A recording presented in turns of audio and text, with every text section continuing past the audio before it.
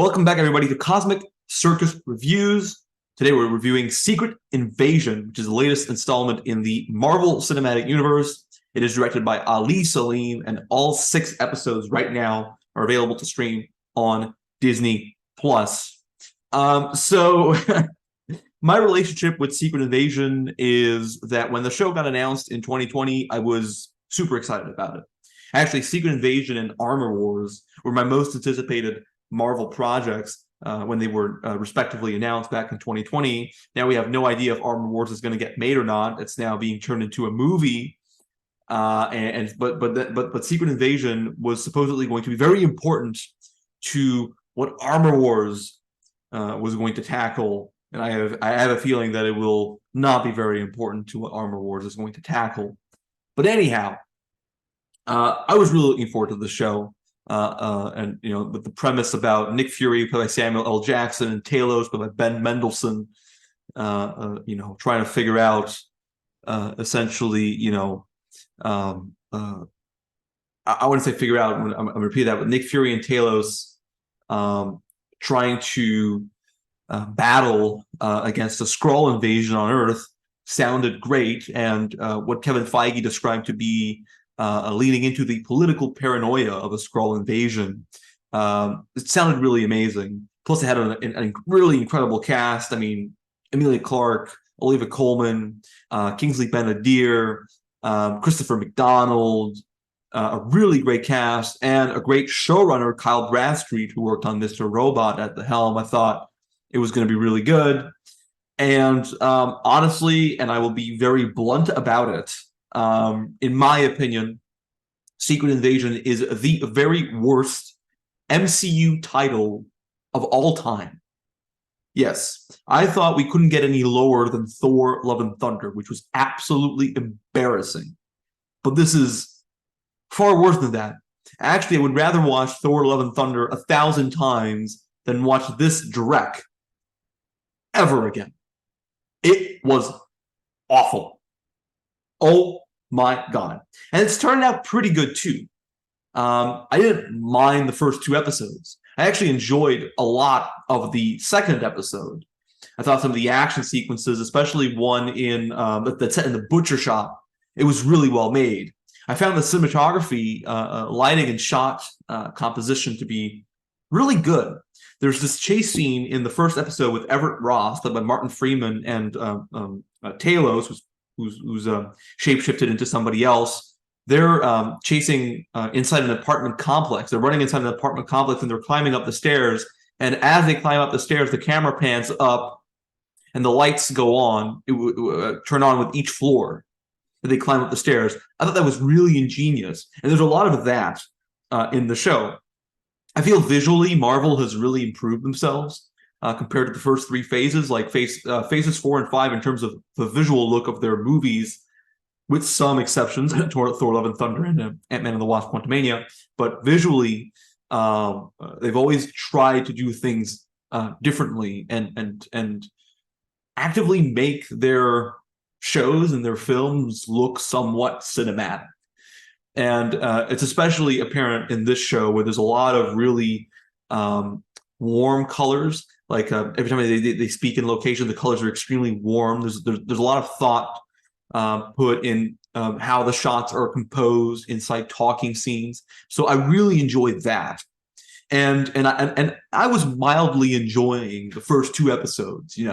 I thought the story wasn't great, but it wasn't terrible either. But as the show went on, it just got worse and worse and worse and worse. And that really, I think, it got worse and worse and worse. And that really, I think, is because of the 6-episode mandate that Marvel has right now. When Marvel Studios, because Marvel has been in the television game for a long time, let me tell you something. Agents of S.H.I.E.L.D. is amazing. The Daredevil show on Netflix is amazing. But Marvel Studios hasn't really gone into the television game before that.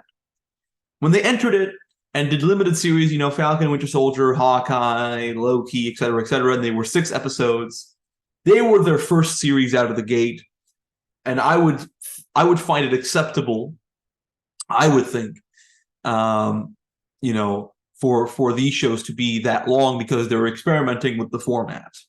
But when now they're clearly not working as they're supposed to, they need to do away with the 6-episode format because I think Secret Invasion is the biggest victim of that 6-episode format. 3 out of the 6 episodes in this show, in this apparently 6-hour-long show, 3 out of the 6 episodes, the latter half episodes, are less than 40 minutes long and only 31 to 32 minutes long with credits.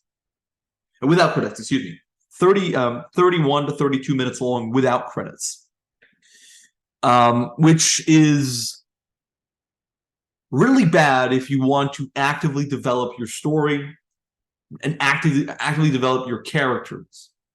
When the story starts, we see Nick Fury, who has been on Saber for a long time, I think since the end of, since he came back from the blip, ignoring what's going on Earth.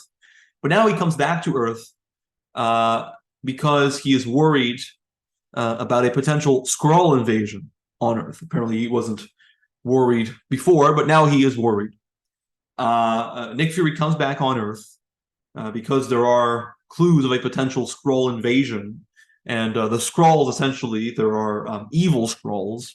There are good Skrulls. You know, Talos is a good Skrull. Gaia, played by Emilia Clarke, is a morally gray Skrull. She's bad at the beginning of the show, but she starts to be good when Talos dies.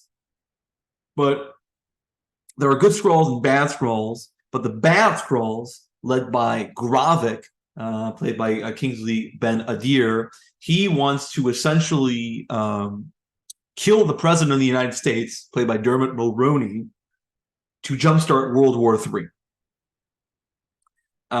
Because the Skrulls are going to be shapeshifted as Russians, and the United States is going to declare a war on Russia, and the goal essentially is to kill all the humans on Earth and have Earth become the new Skrullos, which is the planet where the Skrulls come from. That's essentially the gist of the plot of the show.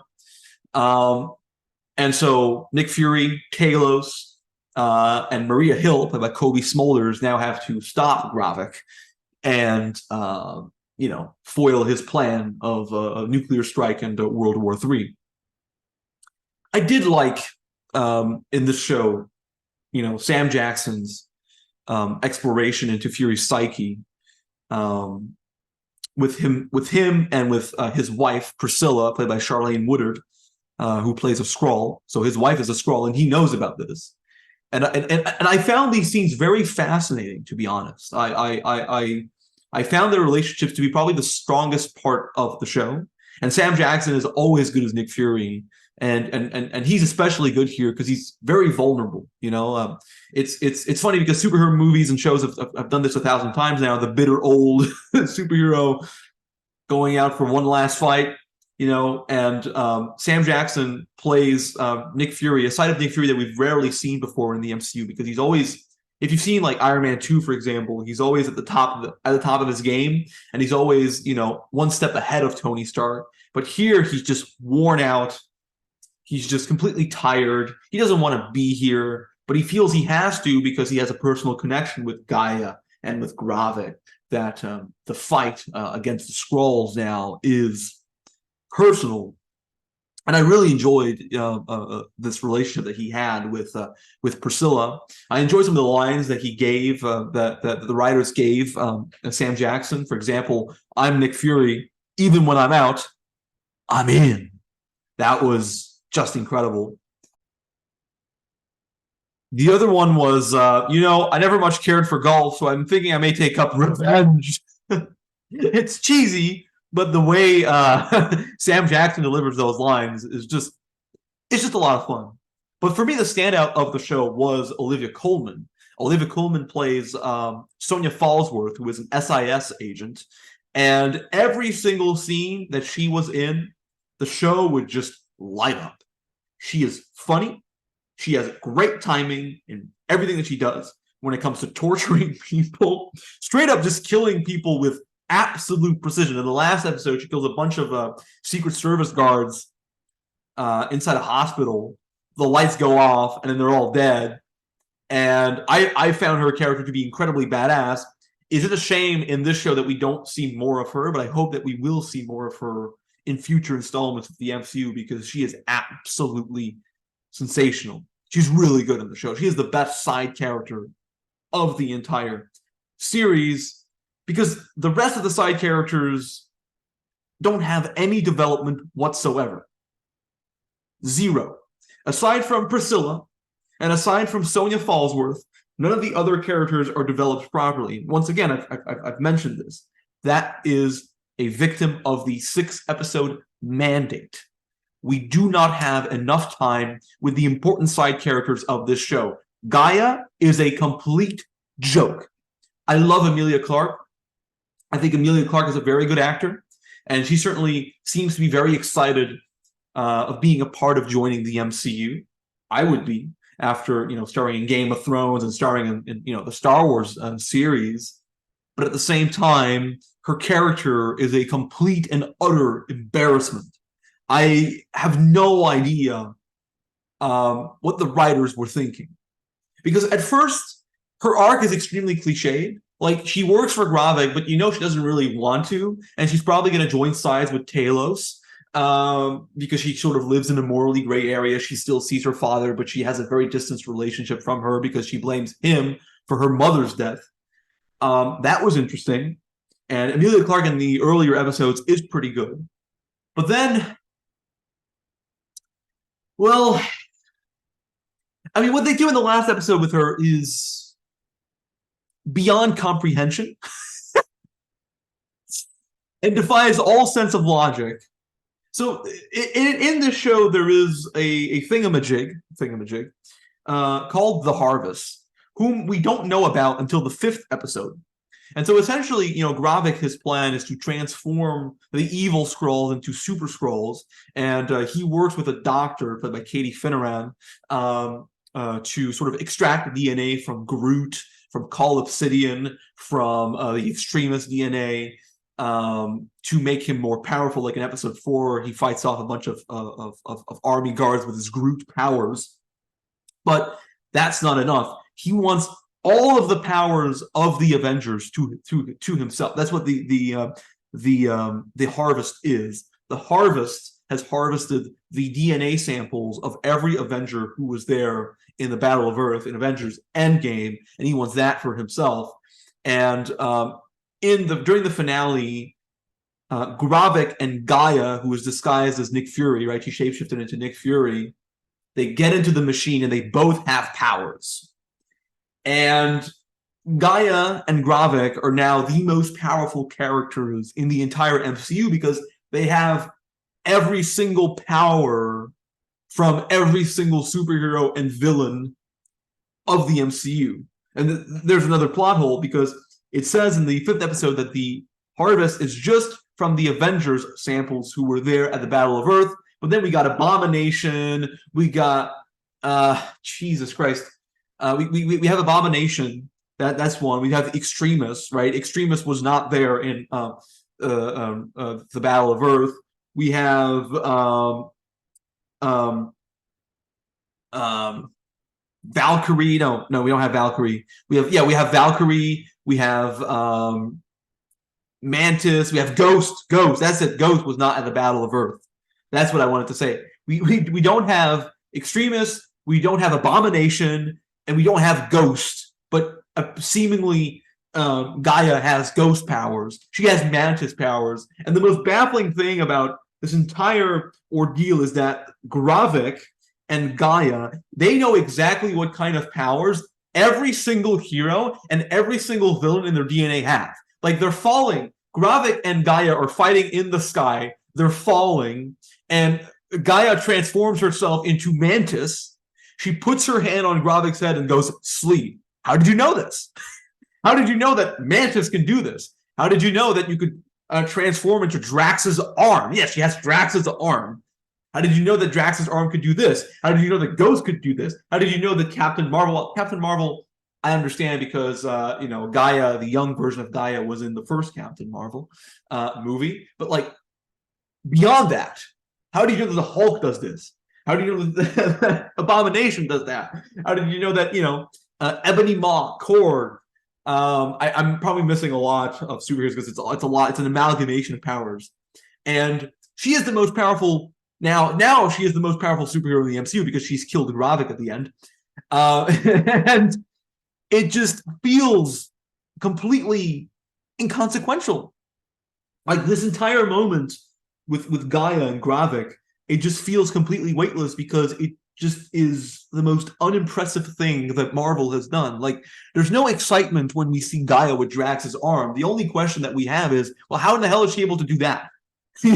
Like, why is she finally able to kill this guy with this power? And how does she know she can use this power at this specific moment to kill this person? Like, it makes no sense. Like, in every single Marvel film and Marvel show that's an origin story of a superhero, we see the superheroes sort of hone in on their powers, right, and learn their abilities. Even the Scarlet Scarab in Moon Knight, in the finale of Moon Knight, she's kind of surprised by the abilities that she can do, and she learns as she goes. But in this one, it's just like, oh yeah, I can do this, I can do this, I can do this, I can do this. Don't ask questions, just consume product, and then get excited for next product. Like it's because the more questions you ask, the more questions you will get, right? As the show strolls along, it raises even more questions than answers. And that was the most baffling thing of the entire show in terms of Gaia's arc, the way they just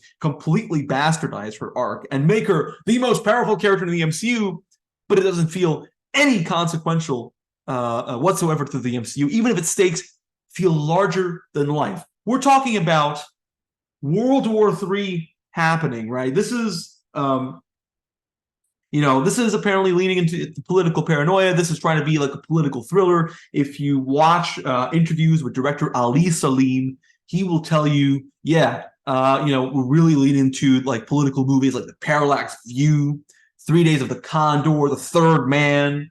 That's what he's saying. I don't see any of these visual references in the show, and all of these films that he just mentioned are incredible. This is not it.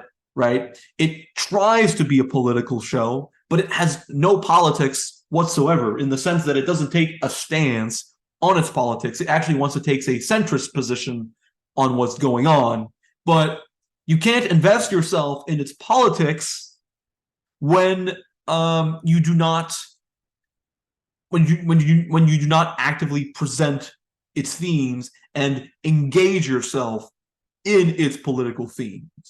That's what movies like The Parallax View do. They engage themselves inside the political drama, right? And you understand where the director comes from at the end of the film.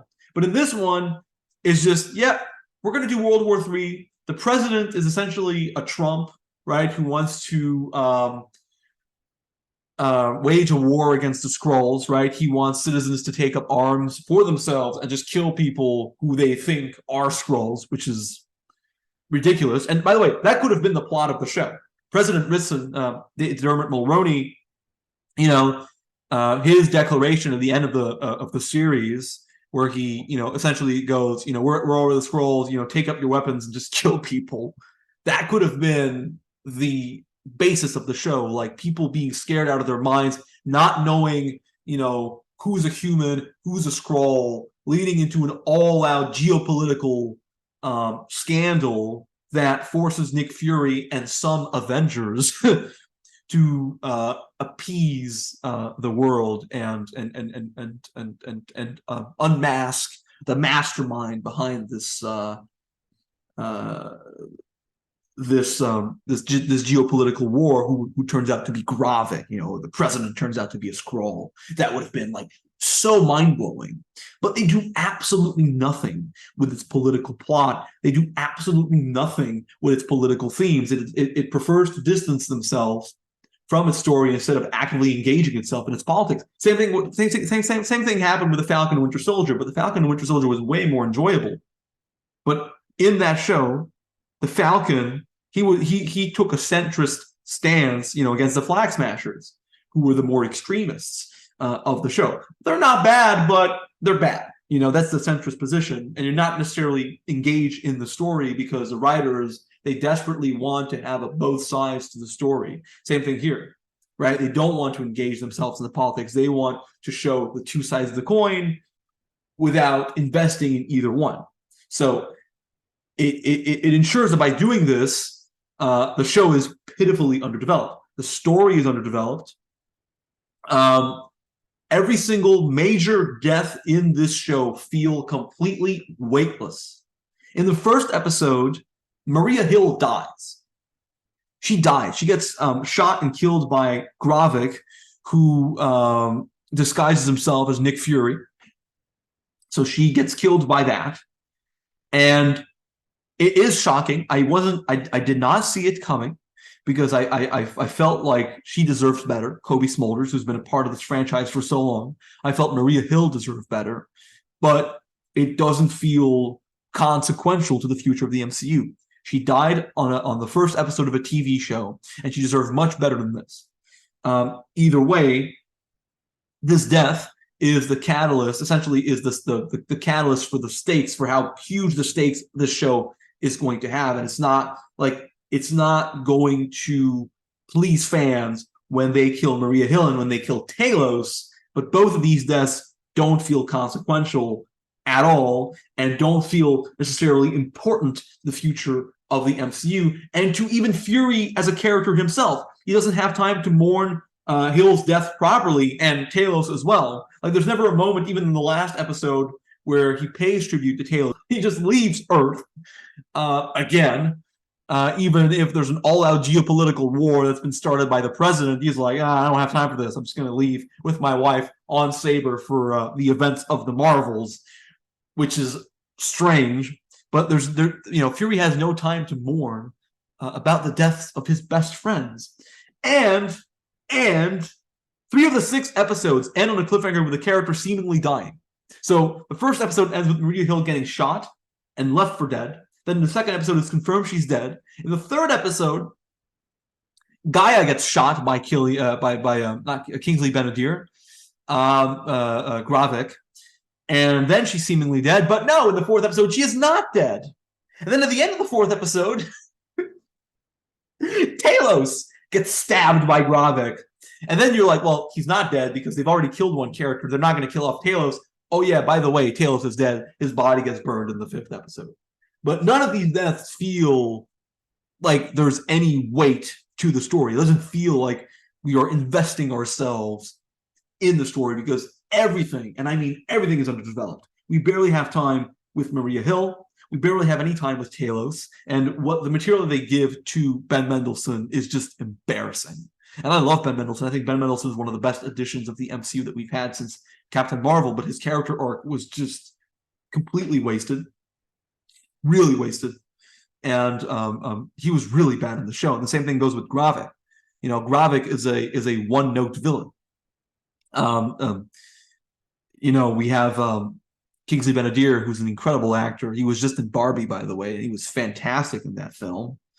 But he starts out as a one-note antagonist. Then episode 2 comes along, and he has a very impassioned monologue that I thought was really good. And I thought, okay, maybe he's not going to be a one-note villain anymore.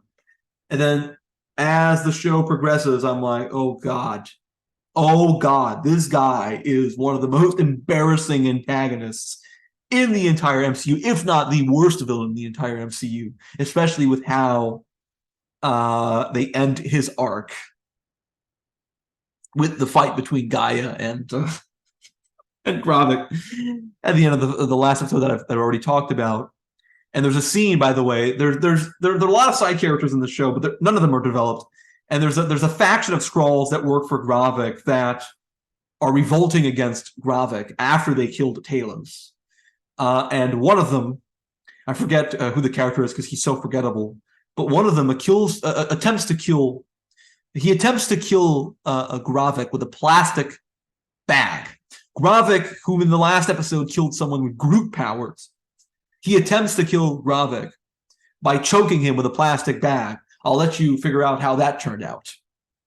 That is how poor the writing is. It's like, why are you attempting to kill a Super Skrull with a plastic bag? You know that he will just kill you, and he does, like that.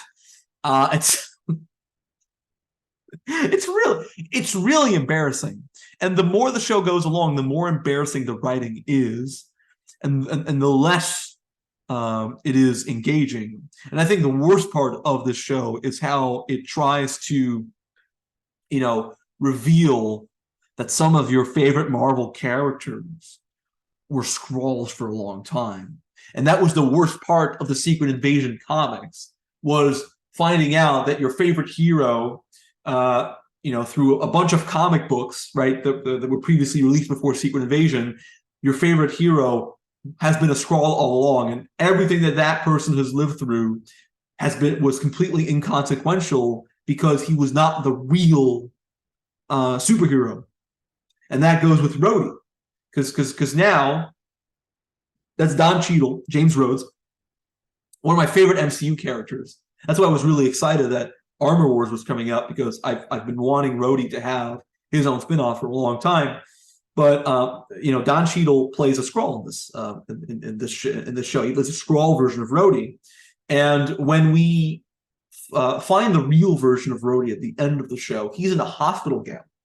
And the last time that we saw him in a hospital gown was in Captain America: Civil War, which Marvel is visually trying to hint that Rhodey has been a Skrull since the end of Captain America: Civil War. And so he was a Skrull in Avengers Infinity War, and he was a Skrull in Avengers Endgame. Meaning that's that incredible scene that he shared with Robert Downey Jr.'s Tony Stark at the end of that film, right, where Tony Stark dies. It's this incredibly moving moment that Don Cheadle has as Rhodey is actually not moving at all, because the Rhodey that's there is actually not the real Rhodey. Yeah, it's bad. And the more it tries to lean into the reveal that Rhodey's a Skrull, the less engaging it becomes. And then we have also Everett Ross, who has been revealed to be a Skrull in the first episode, but that reveal falls completely flat because we don't really know how long he's been a Skrull visually, but we do know that Rhodey's been a Skrull since Civil War, and that raises way more questions than answers. And since we have no time with the real Rhodey, we feel that his character arc now has been completely tarnished by this very moment. Now, some have pointed out that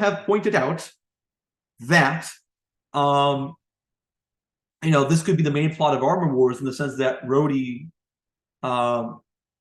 has now waken up to a world that he doesn't recognize. His best friend is dead. The Stark technology is now in the wrong hands, and he has no idea what the version of his Skrull self did, and that could be a catalyst of Armor Wars. I will say that could be very interesting. That could be very interesting, but it needs to be done well. If that's not done well, I don't think the franchise has really any hope of continuing with its current iteration. And of course, well, I have to talk about this, and it'll be the last thing that I mention, the action scenes. Now, the Marvel Cinematic Universe has had a slew of really good action sequences in its 15-year tenure. But when it started doing shows on Disney Plus, their action scenes really took a nosedive, because the thing about Marvel is that they want to make 6-episode movies. They don't want to make TV shows, right? They don't want to make movies on a small screen, but it doesn't work. It doesn't work because they don't have the budget to do this, even though this show cost $212 million. Crazy.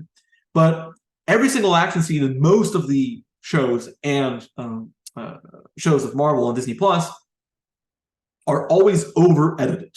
So you never really see what's going on. There's a cut every 2 seconds. That happens all the time in the show. You can never see something. You can never appreciate the action scene because it keeps cutting every 2 seconds. That happens with the attack on the president, or even the scene in the butcher shop, which I thought was okay.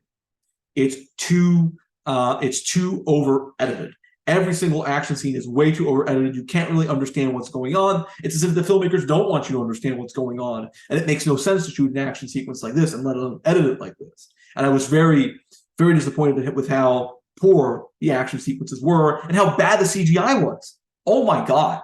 I mean, Marvel CGI, even though they said we're gonna have a massive overhaul with the VFX department and how we release our shows, CGI has been absolutely abysmal.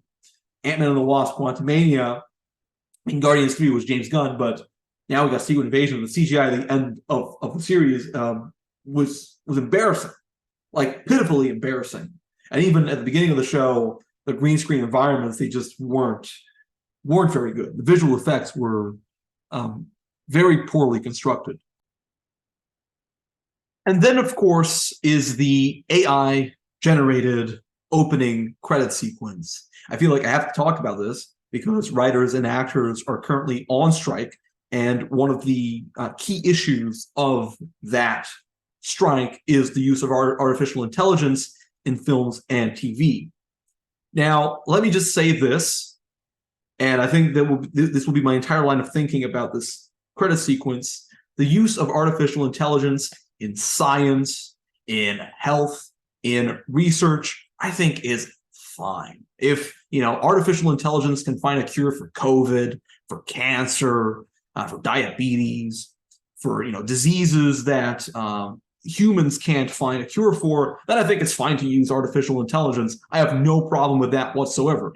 I think artificial intelligence in science in particular is very fascinating. And I've always been fascinated by that prospect of artificial intelligence. However, in art, it shouldn't never, ever, ever be used, period, in all types of art. Whether it's designing the opening credits sequence for a show, whether it's bringing back dead actors, right, for a 1-second cameo in which you will feel absolutely nothing, or it's to replace human labor in favor of something more cheap, AI should never, ever, ever, ever, ever be used in any part of the creative process. And to think that studios, right, the AMPTP, want to use AI as part of the screenwriting process. If you go on ChatGPT and you write a screenplay, what you will get is the worst thing you will ever read in your entire life. I can guarantee it. I've done it just to experiment. It is awful. It's laughable, but it is awful. But they want to do it. Or use AI to replace background actors, which, if they start by replacing background actors with AI, they also want to replace actual actors, like actors that you see like Sam Jackson with an AI. They want to do this, right? Because it's cheaper. Whatever uses of AI are done in film and TV shouldn't be done, period. All right? We should never, ever, ever, ever, ever, ever, ever, ever, ever use artificial intelligence in any part of the creative process on film and TV. Writing a script, replacing actors, whatever. I don't care what type of use you're gonna do for AI, whether it's even doing the end credits sequence with AI because it's cheaper. I hate it. I hate it. I hate it. I hate it. Because here's one thing that AI will not have. Even if the software gets really perfect, all right, there's one thing that it will never have, and it's human emotion. AI doesn't have the power, and it will never have the power to move people because AI is a robot.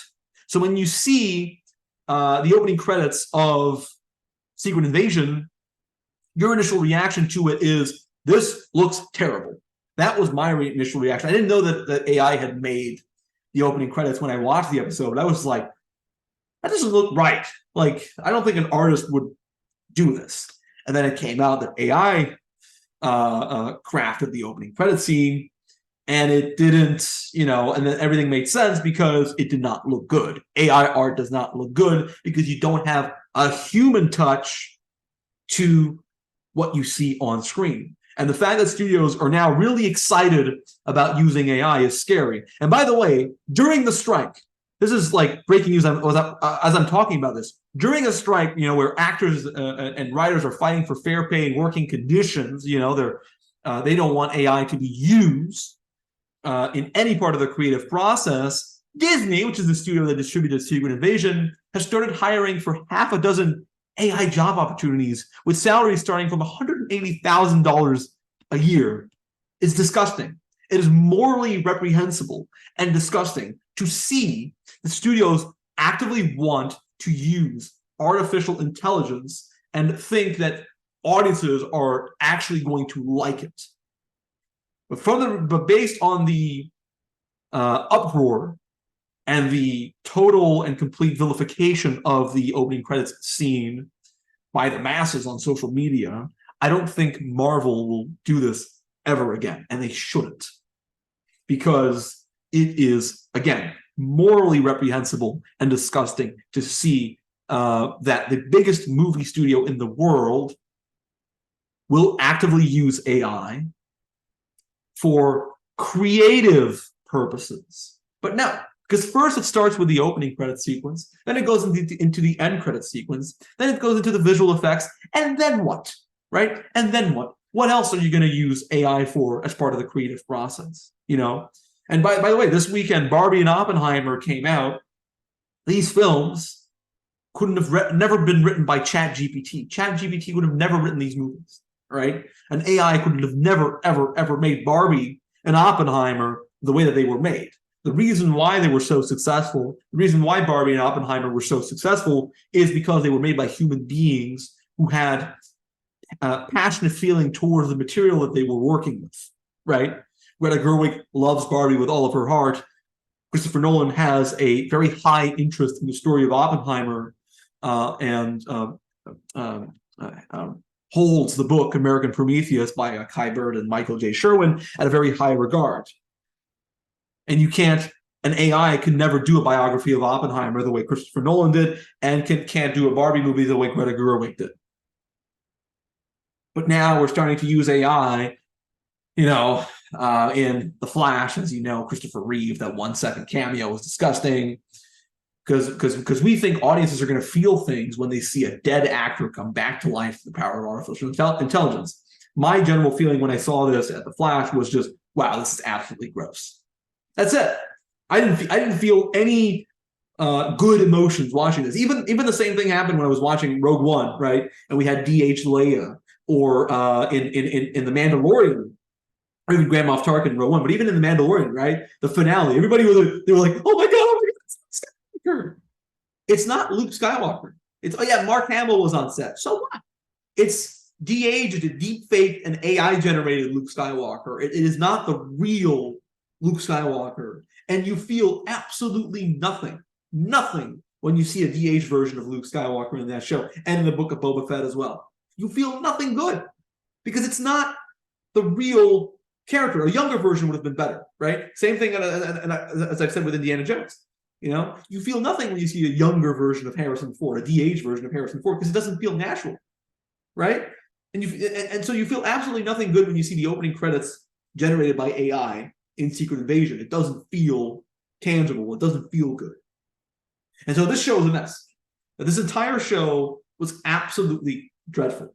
And I'm a huge fan of the MCU. I absolutely adore the MCU. Okay, if you reach out to my friends, they'll know. Like I'm an MCU super fan.